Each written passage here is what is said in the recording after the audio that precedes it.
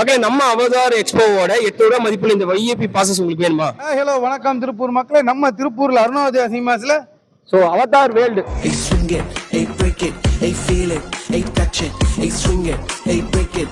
நம்ம திருப்பூர் பல இடத்துல பாத்தீங்க அப்படின்னா அவதார் எக்ஸ்போ போடுறாங்க. நம்ம அருணோதயா மால்ல வந்து ஸோ இங்க வந்து இந்த 800 ரூபா மதிப்புள்ள பாஸ் உங்களுக்கு நாங்கள் வந்து ஃப்ரீயா தரோம்.